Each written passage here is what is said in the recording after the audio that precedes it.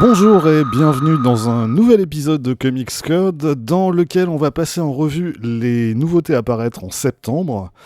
Mais comme on a un programme de rentrée bien chargé, on va faire ça en deux parties, en s'intéressant dans un premier temps uniquement aux titres annoncés par Panini, apparaître entre le 31 août et le 21 septembre. L'événement du mois chez Panini Comics, c'est probablement la sortie de Fantastic Four Full Circle, écrit et illustré par Alex Ross. Un graphic novel qui, au moment où j'enregistre cette vidéo, n'est pas encore sorti aux États-Unis. Je crois qu'il est annoncé pour le 7 septembre, et on devrait donc avoir sa version française une semaine plus tard, le 14. En interview, Alex Ross a présenté cette œuvre comme un hommage au Fantastic Four de Stan Lee et Jack Kirby, et son histoire s'inspire d'ailleurs de l'un de leurs classiques, l'épisode 51, This Man, This Monster, dans lequel un scientifique va prendre l'apparence de la chose pour s'introduire dans le Baxter Building et accéder à la zone négative. Alex Ross semble avoir pris cette histoire comme point de départ, et d'après les quelques planches qu'on a pu voir sur internet, on va avoir droit à un petit tour dans la zone négative. Je suis pas le plus grand fan d'Alex Ross, mais là, il faut bien reconnaître que ces planches sont assez impressionnantes. Donc celui-ci, il est à peu près certain qu'il va finir dans mon caddie et qu'on en reparlera ensuite. A noter au passage que Panini proposera Full Circle dans deux formats, une édition régulière à 12€ et une édition collector à 22€. Ça fait quand même une très grosse différence de prix, quasiment du simple au double. Donc j'attends d'avoir les bouquins en main pour décider quelle édition je prendrai. Tant qu'on parle des Fantastic Four, signalons la sortie du 9e tome de la série écrite par Dan Slott. Désolé pour les fans s'il y en a, mais depuis le début, je trouve le travail du scénariste sur la série vraiment médiocre. Je continue de lire ça plus ou moins régulièrement sur Marvel Unlimited, mais franchement, c'est pas bon. Là, on a les épisodes 36 à 39 qui font suite au mariage de Doom, et on a aussi deux one-shots qui sont franchement meilleurs que la série régulière. Fantastic Four Grim Noir par Jerry Duggan et Ron Garney, et Fantastic Four Road Trip par Christopher Cantwell et Felipe Andrade. Côté scénar, on verse plutôt dans les deux cas du côté du fantastique, voire même de l'horreur pour le deuxième. Niveau dessin, on a deux styles radicalement différents, mais vraiment intéressants dans leurs registres respectifs. Je conseillerais presque l'achat juste pour ces deux histoires, mais bon, à 20,99€ le volume, faut peut-être pas exagérer. Par contre, il faut également noter que Panini sort pour l'occasion un pack découverte à 20€ avec les deux premiers tomes de la série. Si vous voulez tenter par vous-même les Fantastic Four version Dan Slott, ça peut être un bon moyen à un prix raisonnable. Tant qu'on est dans la collection 100% Marvel, restons-y avec pas mal de choses à paraître, à la fois des nouvelles séries et d'autres qui se terminent. La nouveauté du mois, c'est She-Hulk, la nouvelle série par Rainbow Rowell, Roger Antonio et Luca Maresca. Bon, ça m'étonnerait pas trop que la parution soit repoussée de quelques semaines, sachant qu'aux États-Unis, le numéro 6 n'est pas encore sorti. J'ai lu les premiers numéros, c'est plutôt pas mal. On a notamment une chouette confrontation entre She-Hulk et Titania, et le retour d'un personnage que tout le monde croyait mort. La caractérisation de She-Hulk et des autres personnages est plutôt bien vue, mais on cherche encore la direction que Rainbow Rowell veut donner à la série. Faut voir, pour l'instant je suis qu'à moitié convaincu. On a également un album Silver Surfer Rebirth par Ron Mars et Ron Lim, un duo qui a beaucoup travaillé sur la série au début des années 90 et qui revisite donc ici cette période. Ça s'adresse clairement aux nostalgiques de cette période de Silver Surfer. Marvel sort beaucoup de mini-séries du même genre ces temps-ci, et j'avoue que ça m'intéresse, mais pas du tout. J'ai jeté un œil sur le premier épisode sur Marvel Unlimited, et je me suis arrêté là. Toujours en 100% Marvel, on a également plusieurs séries qui se terminent. C'est le cas de Black Cat, avec le tome 5, qui contient les épisodes 8 à 10 de la deuxième série, et le Giant Size Black Cat Infinity Score, qui vient boucler tout ça. Fin également de Strange Academy de Scotty Young et Humberto Ramos, avec la sortie du 3e tome, mais là ça devrait être une fin provisoire. Le tome contient les épisodes 13 à 18 qui concluent la série aux États-Unis, mais on sait d'ores et déjà que la série va être relancée avec un nouveau numéro 1. Possible que Panini garde leur numérotation pour les prochains tomes, comme il l'avait fait avec Black Cat par exemple. En attendant, la série continue d'être très chouette à lire. Je promets rien, mais si je trouve le temps, j'essaierai de lui consacrer une vidéo prochainement. Et puis en septembre, c'est aussi, et même surtout, la conclusion du Daredevil de Chip Zdarsky, avec la sortie du 7e et dernier tome. Enfin, conclusion, pas vraiment. La conclusion, faudra plutôt la chercher dans les pages du crossover Devil's Reign, dont le premier tome paraît en même temps que le dernier de Daredevil. On a au sommaire les 3 premiers numéros de la série principale et les premiers numéros de 4 mini-séries tie-in, Superior 4, Heroes for Hire, Woman Without Fear et X-Men. Bon, d'une série à l'autre, niveau qualité, c'est très inégal, mais la série principale, dont s'occupent Chip Zdarsky et Marco Checchetto, et qui se concentre sur le duel à distance entre Daredevil et le Kingpin, c'est du niveau de ce qu'ils ont fait sur Daredevil depuis maintenant 3 ans, c'est-à-dire que c'est vachement conseillé. Finissons-en avec la collection 100% Marvel avec les Antos du mois.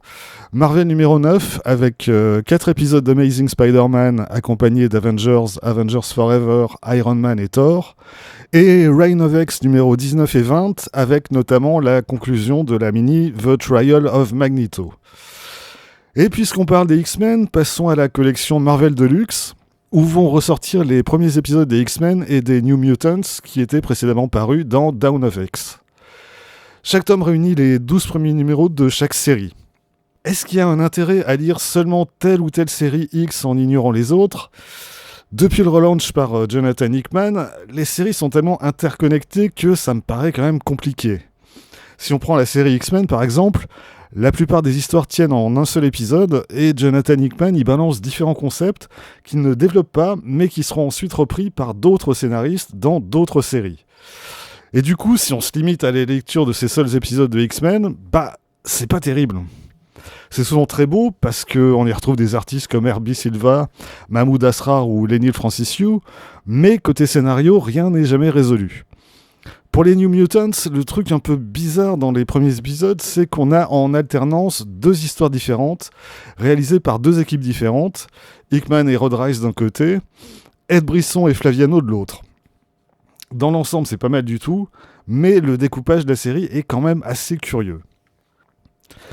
C'est tout pour Marvel Deluxe ce mois-ci. Passons à la collection Best of Marvel, avec 2 titres que j'aurais plutôt tendance à conseiller si vous ne les avez jamais lus. Le premier, c'est Avengers Ultron Unlimited, par Kurt Busiek et George Perez, plus Stuart Immonen sur un épisode prologue. C'est une réédition des épisodes 0 et 19 à 22 de la série Avengers de 1998. Et ça fait partie des meilleurs arcs signés par Busiek et Perez à l'époque, avec Ultron en mode je défonce tout et les Avengers qui font ce qu'ils peuvent pour limiter les dégâts. C'est dense, c'est très rythmé et aussi très sombre, et c'est une des meilleures utilisations qui a été faite du personnage d'Ultron, et il me semble que ça a pas mal servi d'inspiration au 2e film Avengers. L'autre best-of Marvel du mois, c'est Deadpool, le bon, la brute et le truand, par Jerry Duggan, Brian Posehn et Declan Shalvey, avec aussi un épisode 70s très fun dessiné par Scott Koblish, qui est toujours parfait dans ce genre de parodie rétro. On a donc les épisodes 12 à 19 de la série Deadpool de 2012, et moi qui ne suis pas fan du personnage, j'avais plutôt aimé ces épisodes à l'époque, des épisodes qui sont étonnamment graves et violents. Et puis en plus, les planches de Declan Shalvey, même si c'est encore amélioré depuis, ça reste vraiment pas mal, quoi. Donc oui, dans le genre Deadpool, pour ceux qui d'habitude n'aiment pas Deadpool, j'aurais tendance à conseiller celui-ci. Passons aux omnibus annoncés, avec là encore un gros programme. À commencer par le tome 3 de l'Omnibus Ultimate Spider-Man par Brian Michael Bendis, Mark Bagley et Stuart Immonen, qui vient conclure la première série du personnage et dont la sortie avait été repoussée à plusieurs reprises. Cette fois, ça devrait être la bonne. Sortie prévue le même jour du second et dernier tome des Fantastic Four par John Byrne, avec les épisodes 261 à 295 de la série régulière, plus 2 annuals, plus diverses petites choses, notamment les 9 épisodes de The Last Galactus Story, écrits et dessinés par Byrne, qui était paru dans Epic Illustrated, une histoire qui est restée inachevée et qui s'est arrêtée en même temps que le magazine, et qui est en partie inédite en France. On a aussi What If numéro 36, où Byrne met en scène des fantastiques qui n'ont jamais eu de super pouvoir, plus quelques autres trucs divers et variés. Le vieux fan que je suis avait craqué pour le premier tome, je peux décemment pas le laisser tout seul sur son étagère. Autre omnibus au programme, Captain America par Mark Waid. Soit les 11 derniers numéros de la première série Captain America, dessinés par Ron Garney, et qui à l'époque était une véritable bouffée d'oxygène après une période calamiteuse pour la série. On a aussi les 23 premiers épisodes de la série relancés après Heroes Reborn, toujours avec Ron Garney mais aussi Andy Kubert, et puis les 12 numéros de Captain America Sentinel of Liberty, avec des récits situés à différentes époques de l'histoire de Captain America, et dont une partie n'a jamais été publiée en France. Ça fait partie des bons runs de Captain America. Mark Waid a globalement fait du très bon boulot, et il est bien accompagné par d'excellents artistes. Si vous n'avez jamais lu, je vous conseille vraiment de vous y intéresser. Des omnibus, on passe aux intégrales, mais on reste avec Captain America, avec l'intégrale 1977-1979, un gros volume puisqu'il réunit les épisodes 215 à 230, ainsi qu'un crossover avec Incredible Hulk numéro 232. Ce sont les épisodes qui font immédiatement suite au run de Jack Kirby, et c'est une période de transition qui n'en finit pas de transitionner. Les premiers épisodes sont signés Roy Thomas et reviennent sur le passé du personnage. Don Bluth prend la suite et poursuit dans la même veine. Steve Gerber arrive au numéro 222 et lui, il va carrément réécrire les origines du personnage, ce qui va pas plaire à tout le monde et qui sera très vite retconné. Gerber est d'ailleurs très vite remplacé par Roger McKenzie qui essaie un peu de faire la synthèse de tout ce qui a précédé avec plus ou moins de bonheur. Au dessin, on a principalement du Sal Buscema avec un peu de George Tuska et de Mike Zeck. Honnêtement, c'est pas une grande période pour Captain America et ça va rester dans le même style jusqu'au numéro 247 et l'arrivée du duo Roger Stern-John Byrne. Bref, hormis pour les complétistes, vous pouvez faire l'impasse sur cette intégrale.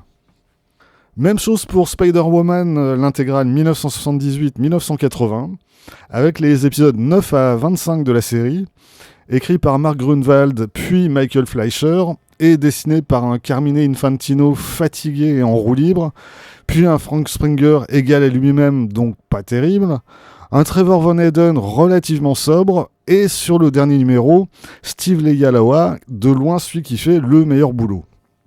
Bref, tout ça n'est pas bien glorieux, et ça m'étonne quand même qu'il y ait un public en France pour cette vieille série, alors que la dernière série Spider-Woman en date, par Carla Pacheco et Per Perez, n'a pas dépassé le premier tome. Alors que, franchement, sans être une série géniale, c'est quand même autrement meilleur que ça. Mais bon, c'est comme ça.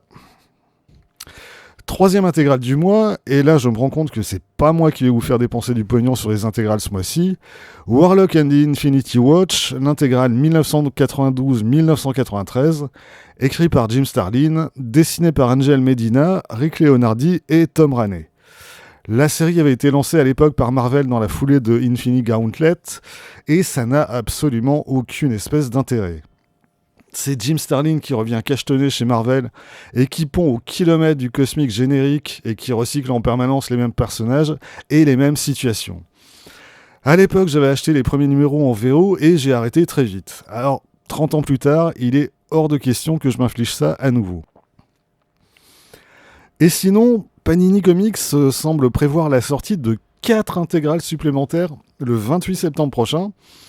Mais comme elles ne figurent pas dans leur checklist de septembre et que j'ai pas le sommaire exact, on va les garder sous le coude jusqu'au mois prochain. Le reste du programme en vitesse et dans le plus grand désordre, King Conan, une mini-série en 6 numéros par Jason Aaron et Mahmoud Asrar, soit le duo qui avait signé les premiers épisodes de Conan the Barbarian quand Marvel avait récupéré les droits du personnage et qui avait réalisé un très bon boulot. Celui-ci je ne l'ai pas lu, mais j'ai prévu de le prendre. Un truc qui me tente, mais le prix me fait hésiter, c'est le tome 3 d'Amazing Spider-Man Ultimate Newspaper Comics, avec ses histoires à suivre qui paraissaient dans les journaux aux États-Unis, et en France, si je me souviens bien, c'était dans Télépoche. Panini a réédité il y a quelques temps les 2 premiers tomes, ce troisième est inédit, en tout cas dans ce format. Par contre, 45€ l'album. Alors oui, ces nouvelles éditions sont nettement plus grandes que les précédentes qui étaient vendues 25€. Mais là, 45€ pour 320 pages, ça me paraît franchement exagéré. Je suis pas du tout sûr de craquer. Pas cher en revanche, la collection Marvel Next Gen avec le tome 4 de Miles Morales. et les 12 premiers épisodes d'Ultimate Spider-Man par Brian Michael Bendis et David Marquez à 12,99 si vous ne les avez pas, et si le petit format ne vous rebute pas, c'est l'occasion de les prendre. Terminons en signalant pour celles et ceux que ce genre de choses pourrait intéresser les sorties de Call of Duty Vanguard par Piotr Kowalski et Sam Maggs, et le numéro 4 de Fortnite Marvel La Guerre Zéro par Christos Gage et Sergio Davila. Et puis, n'oublions pas les sorties Star Wars du mois, le tome 3 du crossover Crimson Reign, en collection Star Wars Epic Collection, l'Ascension des Sith tome 1, qui réédite tout un tas de matériel de la période Dark Horse, avec semble-t-il des choses inédites, et en 100%, Star Wars La Haute République, La Piste des Ombres, une mini-série inédite par Daniel Rosé Holder et Dave Wachter. Voilà, c'est tout pour aujourd'hui. Rendez-vous très vite, si tout va bien, demain, avec le reste du programme des sorties de septembre chez les autres éditeurs français. D'ici là, vous pouvez vous abonner à cette chaîne, laisser un commentaire, partager cette vidéo sur les réseaux sociaux et surtout, lire des comics. Soyez sages et à bientôt.